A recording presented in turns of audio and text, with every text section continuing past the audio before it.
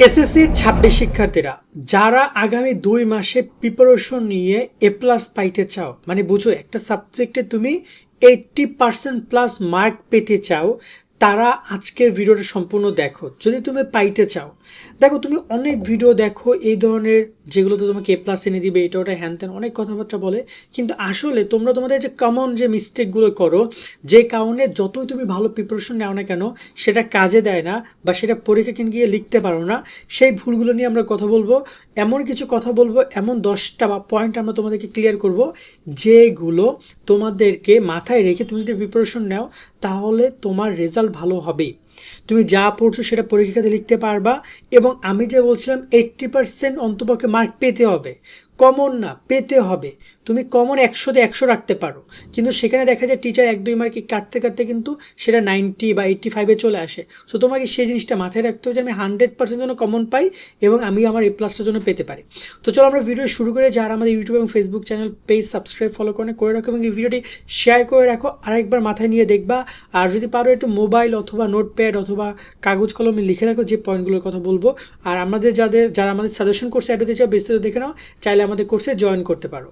তুমি যদি এসএসসি 26 পরীক্ষা এ প্লাস পেতে চাও তাহলে এখনই যুক্ত আমাদের 290 টাকার সাজেশন কোর্সে। এই কোর্সে তুমি পাচ্ছ সকল সাবজেক্টের 90% কমন সাজেশন, অধ্যায়ভিত্তিক সৃজনশীল প্রশ্ন, সংক্ষিপ্ত প্রশ্ন, উত্তর সহ সকল বিষয়ের এমসিকিউ শিট, এছাড়াও ইংরেজি গ্রামার অংশ উত্তর সহ সকল অধ্যায়ের গুরুত্বপূর্ণ ক এবং খ প্রশ্ন, অনলাইন পরীক্ষার সকল আপডেট, গত 10 বছরের প্রশ্ন এবং দৈনিক রুটিন।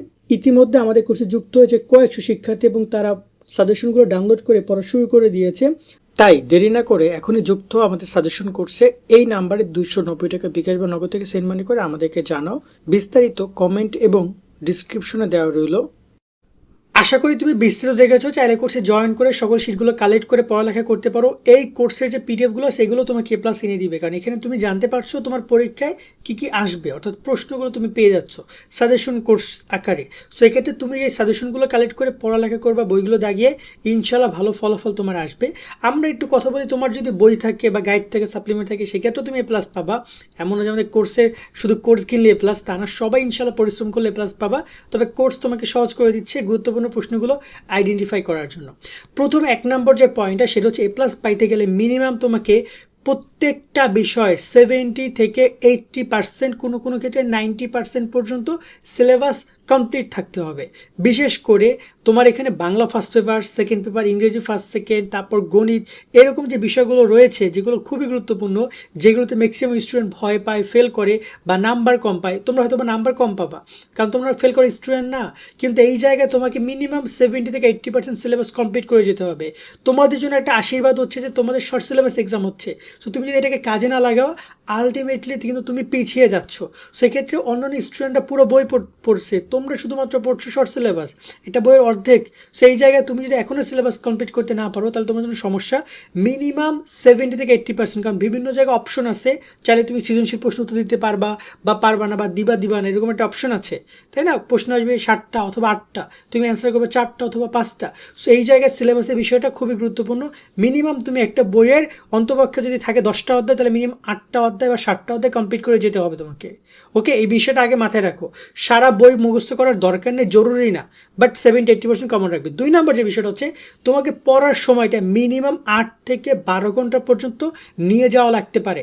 তোমার যদি সিলেবাস কমপ্লিট করতে গিয়ে এখনও দেখা যায় যে অনেক অংশ বাকি আছে, তুমি পড়ালেখা করো নাই অথবা কোনো কারণে গ্যাপ পড়ে গেছে, তাহলে তোমাকে 12 ঘন্টা পড়ার আমি পরামর্শ দিব। বা যদি দেখো যে না, মোটামুটি পড়া হয়েছে, এখন কিছু কিছু বাকি আছে, তাহলে তুমি যতটুকু পড়া বাকি আছে ওই অনুযায়ী ধরে ধরে তুমি 8 ঘন্টা 10 ঘন্টা পর্যন্ত তুমি প্রিপারেশন নাও। এখনই সময় পরিশ্রম করার, এখনই রাইট নাও টাইম।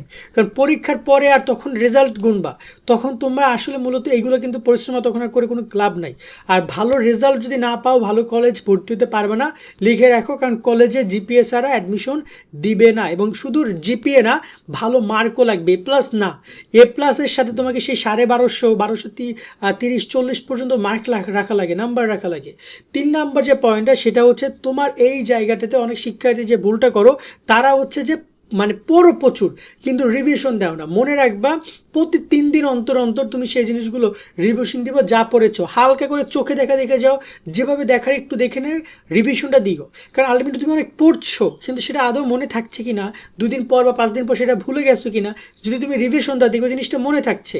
এই জায়গায় যেটা করতে পারো, নতুন পড়া না পড়ে পড়াটাকে একটা লিমিটেড করে ফেলো। ওই জায়গায় আমাদের সাজেশনটা খুবই কাজে দিবে। পড়াটাকে একটা লিমিটেশনের জায়গায় নিয়ে আসছে, সৃজনশীল, নৈবেত্তিক, সংক্ষিপ্ত একটা লিমিটেশনের জায়গায় আসছে। এবার শুধুমাত্র ওইগুলো পড়ো, আবার 2-3 দিন পর একবার রিভিশন দাও, 1 ঘন্টা আধা ঘন্টা টাইম দাও, নিয়ে রিভিশন দাও। শুধু রিভিশন দিব, গত 3 দিনে যা পড়ছো আজকে একদিনে বসে রিভিশন দিবে। এইভাবে করে করে রিভিশন যে রাখতে পারে, সে আলটিমেটলি তার পড়াটাকে পরীক্ষা কেন্দ্র পর্যন্ত সহি সালামতে নিয়ে যেতে পারে তার মাথায় করে। 4 নম্বর যে পয়েন্টটা নিয়ে কথা বলবো সেটা হচ্ছে খুবই গুরুত্বপূর্ণ, সেটা হচ্ছে সকালের যে টাইমটা, ওই টাইমটা একদম মানে বলা যায় যে অস্থির। তাই সকালের দিকে একটু পড়ার বেশি ট্রাই করো।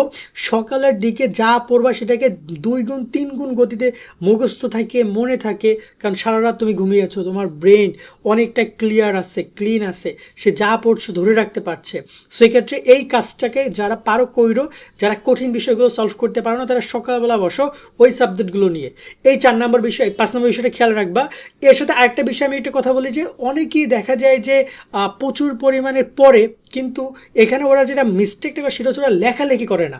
আচ্ছা, পরীক্ষা কেন্দ্রে কি তোমাকে মুখস্থ টিচার জিজ্ঞেস করবে যে বলো তো বাবা এটাকে কি বলে, ওইটা কত প্রকার, এটা পার্থক্য কি, এটা করে বৈশিষ্ট্য বলো? তোমাকে কি জিজ্ঞেস করবে? না, তোমাকে লিখতে দিবে। তাই তুমি যদি A+ পাইতে চাও, তোমাকে টাইম ম্যানেজমেন্ট সম্পর্কে জেনে দেন লিখতে হবে। কেমন?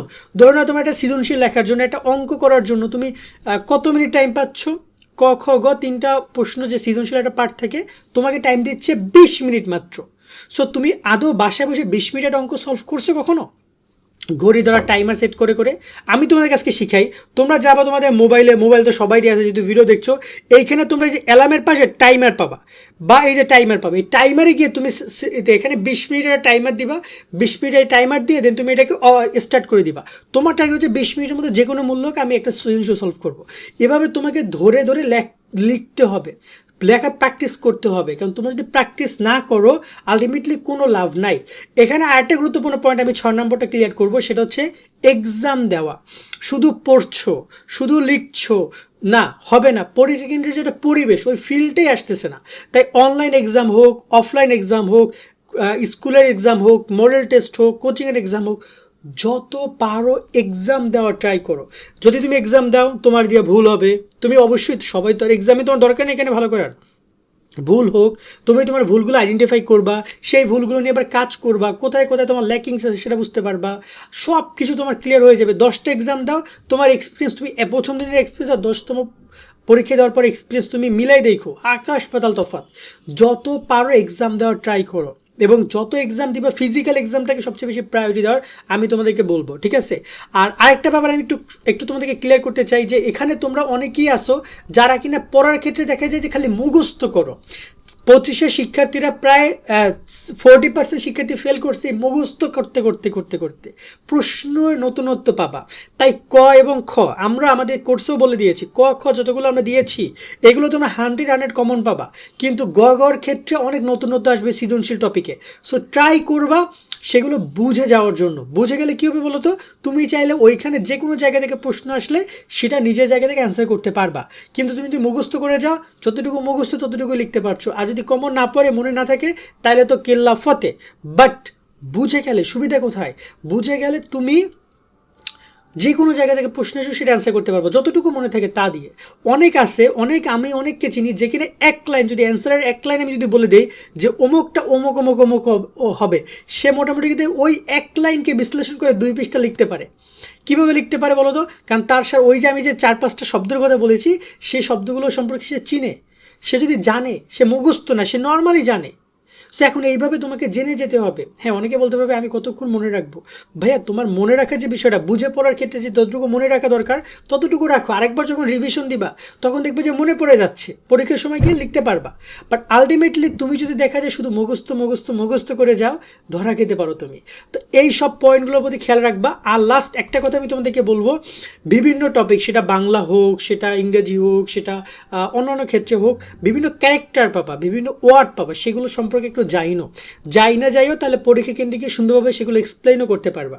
মূল কথা হচ্ছে চরিত্রকে জানা এবং সেই চরিত্রের মধ্যে কি আছে না আছে খুঁটিনাটি বিষয়গুলো দেখা। সেটা যে কোনো টপিকের হইতে পারে, একটা চরিত্র হিসেবে ধরে, একটাকে বিষয়বস্তু হিসেবে ধরে দেন তুমি তাকে জানার চেষ্টা করছো যে তোমার সামনে একটা বিষয় এসেছে, এটা সম্পর্কে আমি একটু জানি, ঘাটাঘাটি করি, বইতে কি আছে, কোথায় কি আছে একটু পড়ার ট্রাই করি, দেখবা যে ধরতে পারছো। সো আশা করি খুব সুন্দর করে পড়ালেখা করবা এবং এই পয়েন্টগুলো মাথায় রেখো, একটু নোট করে রাখো যেগুলো আমি বললাম, এবং ইনশাল্লাহ তোমার এ প্লাস পাওয়ারটা কেউ থাকবে না যদি তুমি এই অনুযায়ী পড়ালেখা করতে পারো। শুধুমাত্র পড়তে কী হবে তোমরা মোটামুটি সবাই জানো, বা কোর্স আমাদের সাজেশন কোর্সও বলে দেওয়া আছে কী কী পড়তে হবে, কিন্তু কীভাবে পড়বে তা অনেকে জানো না, তাদের জন্য খুবই কাজে দিবে এই ভিডিওটি।